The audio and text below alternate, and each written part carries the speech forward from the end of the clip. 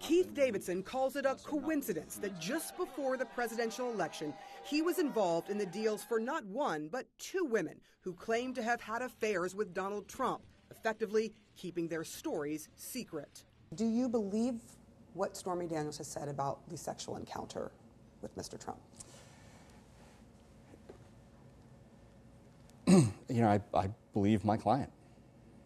And Karen McDougal? Yes.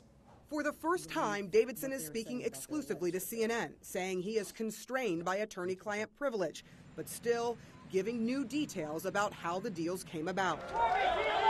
Stormy Daniels' confidentiality deal, signed just days before the election, started with a phone call from Donald Trump's personal attorney, Michael Cohen. And Michael Cohen calls you up and says what about Stormy Daniels? He says, I'm hearing rumblings out there that, the press is poking around about Stormy Daniels. Do you have any information on that? Did you at the time? No. So what did you say back? I'll call you back. And what happened in between that time? Well, that's where really the communications, get in between, my client and I, and what I can and cannot disclose and everything else.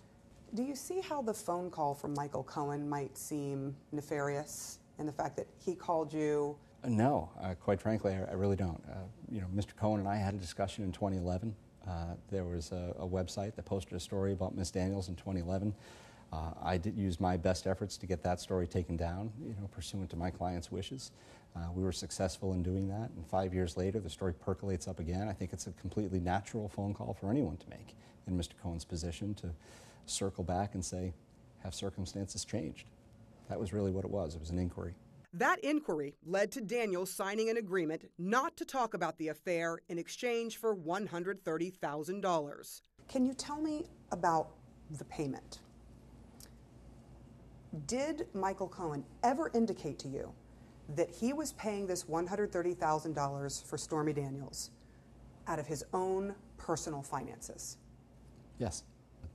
And back then, did he say to you, look, I'm having to take a loan out of my house to get this done? No, there's never any conversation about that.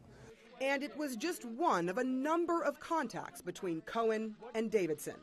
A few weeks earlier, Davidson says he himself reached out to Cohen after brokering an agreement between Playboy playmate Karen McDougal, who sold the rights to her story to AMI, the parent company of the National Enquirer, for $150,000. I think I called him as a professional courtesy to let him know that a matter was resolved, and that as a professional courtesy that it may or may not have involved his client. Was he involved in the deal at all? Certainly wasn't involved on our end, and there's no basis for me to believe that he was involved or had any communication with AMI. Do you see why Karen McDougal and her now current representation might construe that as a conspiracy behind her back, that there's something else going on, that Michael Cohen was behind all this, being a puppet master, if you will? Well, I think generally speaking, a conspiracy would have to involve an act that would take place before, and that simply wasn't the case. My conversation with Michael Cohen took place after Ms. McDougal had already solidified the deal with AMI. Davidson says he and Cohen met in person this year more than once to discuss potential violations of the non-disclosure contract. Have you spoken to Michael Cohen since? Yes. And what did he say to you?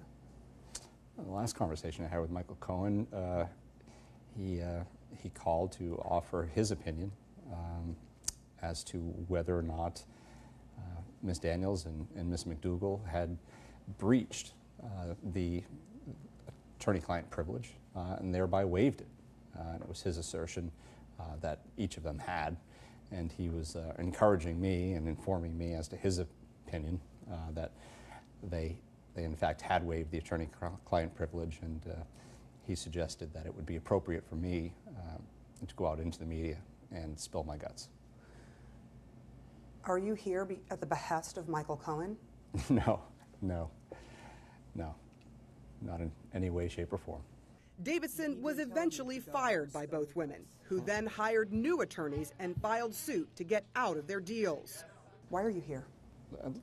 There's been certain things that have been, written and said, and I'd like the truth to come out. And to the extent that I can assist in that endeavor, that's really why I'm here. Is the whole truth out yet? No, I don't believe so. I think most of it, not the whole truth.